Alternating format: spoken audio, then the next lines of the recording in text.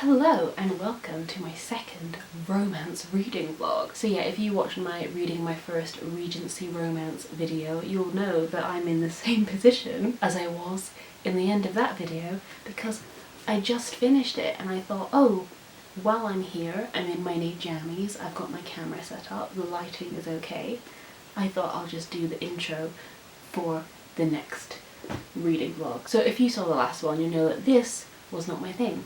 Do not vibe with sexist 18th century men. Don't like him. Can't get on board with the steamy scenes because he's sexist and I don't approve. Don't like it. If you want more details on this book, go and watch that vlog if you haven't already. But I'm hoping I won't be having that problem with this round of books because I'm going to be reading some modern contemporary lit romance. And I went out and bought the books that I have seen hyped up on Booktube the absolute most. Romance is really not my genre. I think the closest that I've come to reading a romance is probably Red, White and Royal Blue by Casey McQuiston, but even then it's not just a simple romance. There's like the kind of royalty politics involved. It's not a lot of the plot, I'm not gonna lie, a lot of it is the steamy romance, so I think I will like the books that I've picked. I'm hoping, and this might be the start or like an awakening for me because I've really never ever looked for romance. I tend to roll my eyes a bit at like some ridiculous setups for romance. Actually that's a lie, I read The Flat Share by Beth O'Leary and that counts as like a contemporary romance. I just lied then in all of my reading vlogs, be like, I don't read romance. Anyway, I'm gonna stop blathering and talk about these books. So to celebrate Valentine's Day and to dip my toe into the world of modern romance, I will be reading The Hating Game by Sally Thorne, The Roommate by Rosie Danan, Get a Life Chloe Brown, and The Kiss Quotient. And all of these books have been super hyped up on Booktube, and if I were to take a guess, I think the ones that I'm going to like the most are probably The Hating Game and Get a Life Chloe Brown, simply because Get a Life Chloe Brown I've heard a lot about and I like that's the most hyped one that I've seen and the people I've given 5 stars to the most, and The Hating Game is an enemies to lovers and I am trash for that, so I hope that that one is a good one.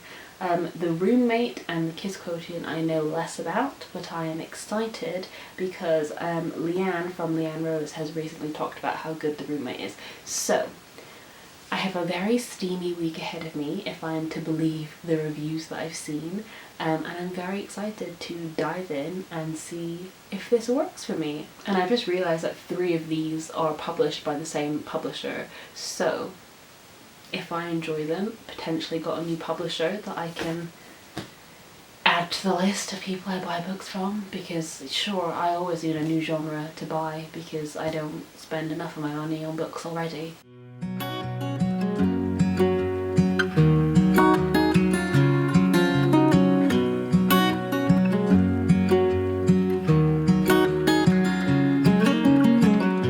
What's it like to be the one that he turns to when he's out of answers?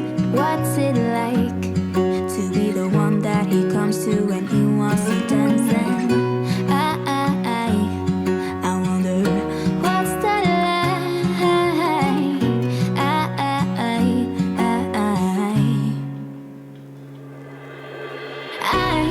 I've got him on my mind, but he doesn't know my name, and I'm running out of time.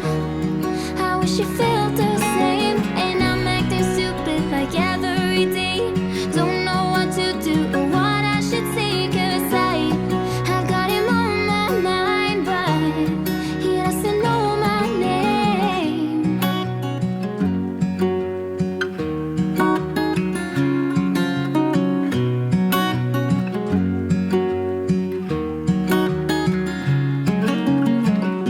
What's it like to hold his hand when he tells you that you're all he wants? And it's midnight, oh, I'm thinking about him. Hello, it's several days later from the last intro clip that I filmed for this vlog. but you probably can't tell because I'm still in my pyjamas. I wanted to do a little check-in because I'm now 50% through the little challenge that I set myself. I've read 2 out of the 4 books. And ideally I'd be filming this on Wednesday because obviously this reading vlog takes place over a week and I'm 50% through, so ideally I'd be 50% through by Wednesday. But it's Friday and it's like technically not even Friday because it's like 3 a.m, so it's Saturday, which means that yes, I have 2 more books to read on Saturday for the video to go up on Sunday. And it's so annoying because I started out so well. I basically read Get a Life, Chloe Brown in one day. I read it all basically, like I read 300 pages of it on Sunday, last Sunday, and then I finished it Monday morning and I was like, oh, I'm doing so well. And then I started the Kiss Quotient and this took me like 3 days for some reason, and now I'm all off. There's going to be quite a stressful end to this reading vlog and I'm going to cram 2 books in one day, allegedly. We'll see, maybe. Is that the theme of my reading vlogs, like pyjamas and stress?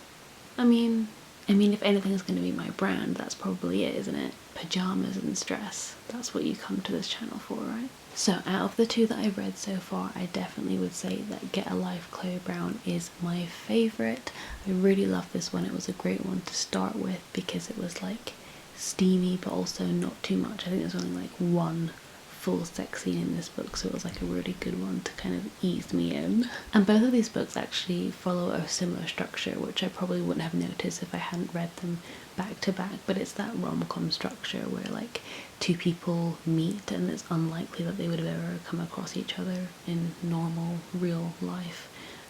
They have like a meet cute and then they have some kind of arrangement that means that they have to keep seeing each other, like they're doing each other a favour or something. But then once the favour is over, it's like, that's it, we'll go our separate ways. And then obviously they never end up going their separate ways, they fall in love, and then in the 3rd act there's a big misunderstanding, and then there's a breakup, and then the grand gesture at the very end.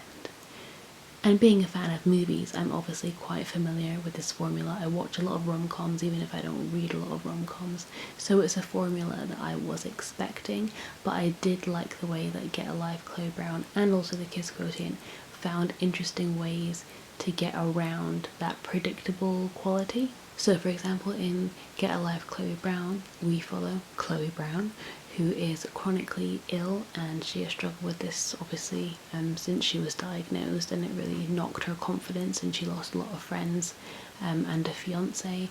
And then we also follow Red, who has come out of an abusive relationship with his ex-girlfriend, and both of them are kind of shaky when it comes to finding love again. So when the big 3rd act misunderstanding happens, even though you're kind of like, oh come on, like how can they have misunderstood their feelings for each other, it sort of makes sense because Chloe wants to just shut down any kind of feeling because she's scared of people leaving her and being vulnerable because her disability already makes her so vulnerable. And then Red is just very nervous to trust people again, so then he also shies away from physical affection and love and emotion and all of that. So even though this did follow that trope of like this silly misunderstanding that gets cleared up quickly at the end with a big grand gesture, it made more sense. Like we knew enough about the characters to be like, okay, I see why they've jumped to that conclusion and I see why this misunderstanding has happened, and I did appreciate that. And I definitely will be checking out the next books that follow Chloe's sisters because I really loved their dynamic in this book and I wanted more of it, which makes sense because there's more books, so I'm excited to get to those. And in the Kiss Quotient we have a similar sort of setup in the sense that the big sort of misunderstanding is driven by our main character Stella's autism, and that's a really big part of this book, which I found really interesting. So Stella's been very uncomfortable with sex and she's not had a lot of luck with kind of men and relationships, so she has a very kind of analytical brain. She works in econometrics or whatever, she works with algorithms and things like this. I don't understand it, math is hard. So basically she's very kind of professional and like statistics driven, so she's like, I need a professional at sex to like help me get better. So she hires an escort to help her get better, and obviously over the course of this arrangement feelings develop. And I really liked how the autism representation was handled. I believe the author herself is autistic and didn't get diagnosed until her 30s, so Stella obviously can function in society. She has a very well paid job, she's very successful. It's just the social skills and the kind of physical intimacy that she struggles with, and I really liked how that came into play in this book. You know, when she meets Michael, the escort, she meets his family and she gets overstimulated by noises in the house and things like that, and she doesn't want to be honest about how she's feeling, and she doesn't want them to change the way they do things for her. And it was just something that I'd never seen obviously handled in like a rom-com setting. You know, I've seen depictions of autism in other books, but never in like a kind of cutesy fluffy rom-com, and I really did like that. So this experiment is going well so far. I've enjoyed both of these books. I think, like I said, I slightly enjoyed Chloe Brown more just because there was that sense of family. Like, I love any books about sisters and siblings, even though the Kiss Quotient, there's some of that because Michael has siblings, but it's more of a focus of the Chloe Brown book, and I want to read the next books about her sisters. But yeah, if you're looking to get into romance, I would recommend Chloe Brown as a good starting place, because it does have like a little bit of steaminess, but it's not too much. If you're not like sure if you like that yet, that would be a good one to start with, I'd say. I say that as if I'm some kind of expert on the genre now that I've read 2 books, but you know, I've enjoyed them so far, and as a novice to the romance genre, I did really enjoy these, so I'm looking forward to reading my next 2 books in the space of one day. We'll see how that goes. Stay tuned. Oh, my reading vlogs are always so last minute, and every single time I say to myself, it just, I bet you're all on the edge of your seats, aren't you? You're all like, is she gonna do it? Is she gonna read them? High octane thrills is what you get on this channel. Good morning, or good afternoon, actually. Oh god, I look like a 90s boy band member with this hair. I'm just cold, sorry. Oh, okay, no, sorry. We're not doing that. Hang on. Is that any better? No! There we go, some sense of normality. I'm stressed. It's the 13th, Saturday the 13th of February, and this vlog right now that I'm filming has to go up tomorrow on Valentine's Day, and I still have 2 books to finish. Last night at 3 AM I read about 170 pages of The Roommate, so I've got kind of 150 pages left to go. So I have to read 150 pages of that, and then start and finish The Hating Game, so that this vlog will be ready, and then I can start Wilsathon, because Wilsathon is today, and I should be reading like happy nostalgic faves, and instead I'm reading steamy romance, and it's all tipsy-turvy, topsy, whatever. I wanna hold his hand, 'cause I can't stop thinking about him. And would he understand if I told him how I feel about him?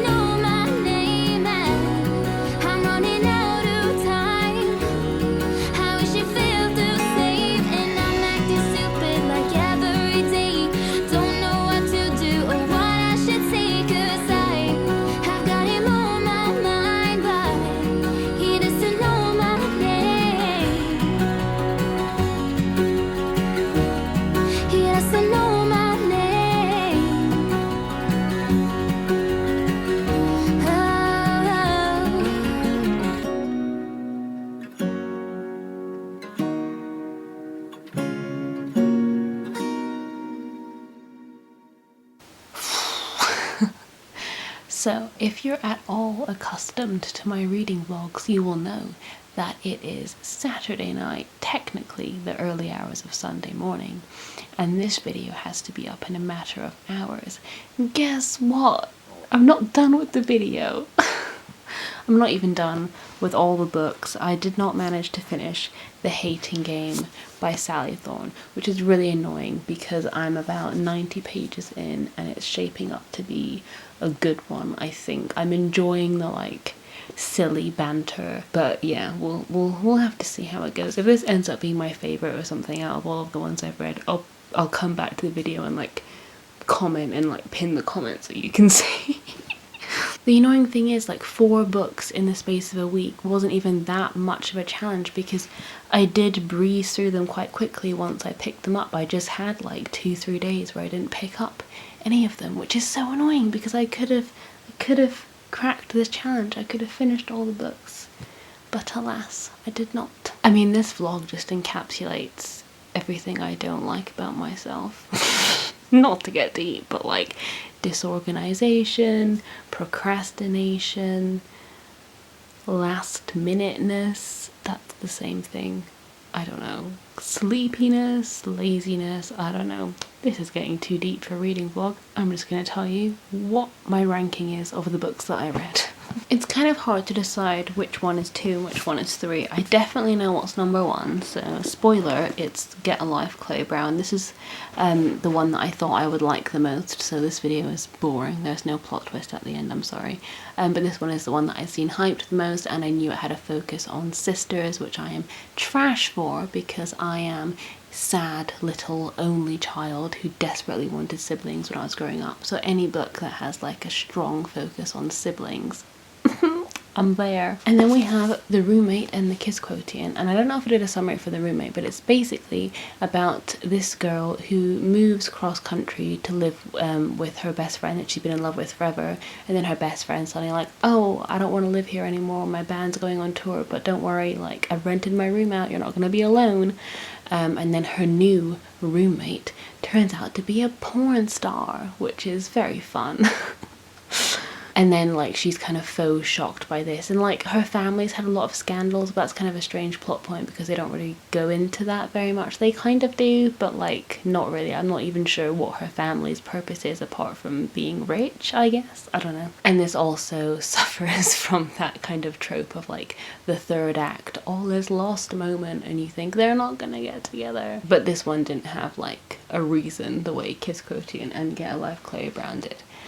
And I guess the reason I'm struggling to pick what one is better out of these 2 is because they're quite similar in the sense that it's like classically perfect, academic, driven, career-focused, uptight woman, not very experienced, meets a very experienced, sexy, blasé, nonchalant man. So obviously in The Kiss Quotient, Stella is autistic and she's uncomfortable around people. She's very career focused, she's very rich, and she hires an escort to kind of like ease her into the world of sex and dating. And then in The Roommate, what's her name? Clara is like, you know, art history, PhD. She's quite uptight. She's never, you know, really been intimate with people. She's been in love with the same guy for years, and she's quite prim and proper and, you know, all of this stuff. And then obviously her roommate is a porn star. And then when he finds out that she's never, you know, she's always had this like vanilla sex life, he kind of like offers to help, shall we say. But he's dissatisfied with the porn studio that he works for, so with her help they kind of venture out to make a new kind of series of porn / sex ed, which is like geared towards women and women's pleasure. And I think I mentioned it before on this channel, but when I was at film school we made a documentary on like female masturbation and like female pleasure, so I enjoyed that aspect of the story because that's often like a taboo subject that a lot of women, as we found out making our doc, feel quite uncomfortable talking about, like putting yourself first and like how to tell that to your partner and like verbalize what you want. And I liked that aspect of this book. But then in The Kiss Quotient I also like the fact that it deals with autism in like a romantic relationship. So I don't know where I fall like on which one is better. I enjoyed them both. It may be a bit of a shame that I read them back to back because they do follow kind of similar arcs and the characters occupy like similar roles, if that makes sense. Like both of the men in these books are the kind of experienced, sexy, like charming guy, and then both of the women are like traditionally more uptight and reserved. And that's why I think I'm quite enjoying the hating game, because this is more from, I don't know if it's like the woman's point of view. Yeah, it is. It's like first person, isn't it? I've just been reading this for like 2 hours and I'm like, what person is this then? Yeah, it's first person and it's from her POV, and I think I'm enjoying like seeing her fall first, because then I think a lot of these, it's the man that like starts to develop feelings first, because of course they do.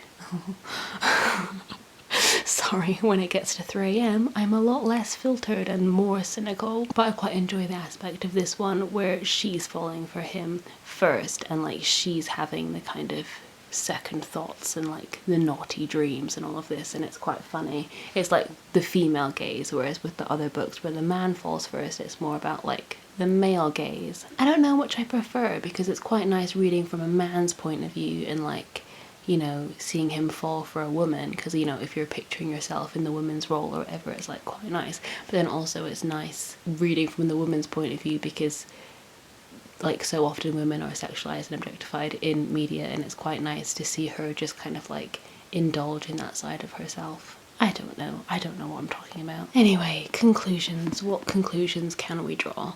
I am excited to finish the hating game. If you've read it, let me know what you thought, because I'm only partway through and I intend to finish it. And I think this has been a fairly successful vlog. Like, there were not any books that I hated. I enjoyed all of these. I probably won't read another romance for a while, simply because I've read like 4 in a row, well 3 in a row. But if you are a newbie and you want to also dip your toe, I do think Get a Life Chloe Brown is a great place to start, which is probably why I started with it in this video. I just knew on a psychic level that this would be the one.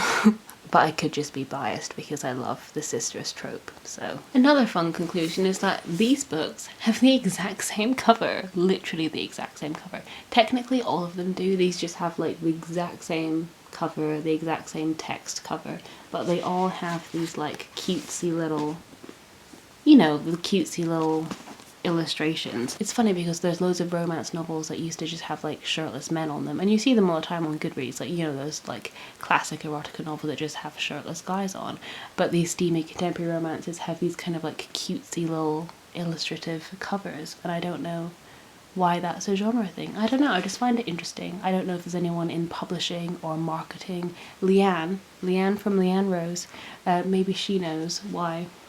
You know, who decides the aesthetics for different genres, and like how much does it matter if someone wrote a romance tomorrow and it didn't have this like simple design of like background color, block lettering, cutesy illustration? Would it not sell as well? I don't know. I'm just talking nonsense now. It's like 3 AM and I need to go and edit this video. So, conclusions. I enjoyed all of the books that I read. Groundbreaking. Romance is fun. So yeah, I recommend Get a Life Chloe Brown for newbies to romance and people who like sisters. I recommend The Kiss Quotient because it has good autism rep, and I liked The Roommate because it focused a lot on female pleasure and how to verbalize that in a modern day relationship. And there we go. And I don't know what I've got to say about the hating game yet, apart from the fact that I'm enjoying it. It's enemies to lovers, and it's these two people who work at a publishing house, and they are rivals, and this publishing house is a merger of 2 previous publishing houses, and obviously the girl worked for one of them and the guy worked for the other one, so they're rivals. And then they start to compete for the same promotion, and I don't know who's got it yet, but it's quite tense, and they have like, you know, this witty banter about how much they hate each other, and they play all these little weird mind games with each other, and it's just quite fun. It's giving me like Devil Wears Prada vibes, because, you know, they're in the office all day and it's like quippy, you know? So yeah, I'm glad this went well, because if you saw my Regency romance vlog, I did not enjoy my foray into Regency romance because the Regency men are sexist, but I very much enjoyed my foray into modern, contemporary, steamy romance, and I would recommend, if you haven't given it a go yet, to just try it out. The books were all very easy to read, and I found myself looking forward to reading them. Pity I didn't read all of them, but you know what? It's okay. It's okay. Let's be kinder to ourselves, because we're in a pandemic, and I'm not gonna lie, I fell into several little depression pits this week. So, you know what? 3 books ain't that bad. It's fine. Thank you so much for joining me on this little reading vlog. Please let me know if you got to the end. That would be cool, because I ramble a lot, so props to you for making it this far. And if you've read any of these books, let me know which ones and what you thought. And if you haven't read any of them, would you want to read any of them? Leave your thoughts down below, and I hope you have a very happy Valentine's Day. And now we can all go back to being miserable and cynical about love and relationships. Until next year. Thanks so much for watching, and I will see you soon with another video soon. Allegedly. Hopefully one that's not filmed at fucking 3 AM again.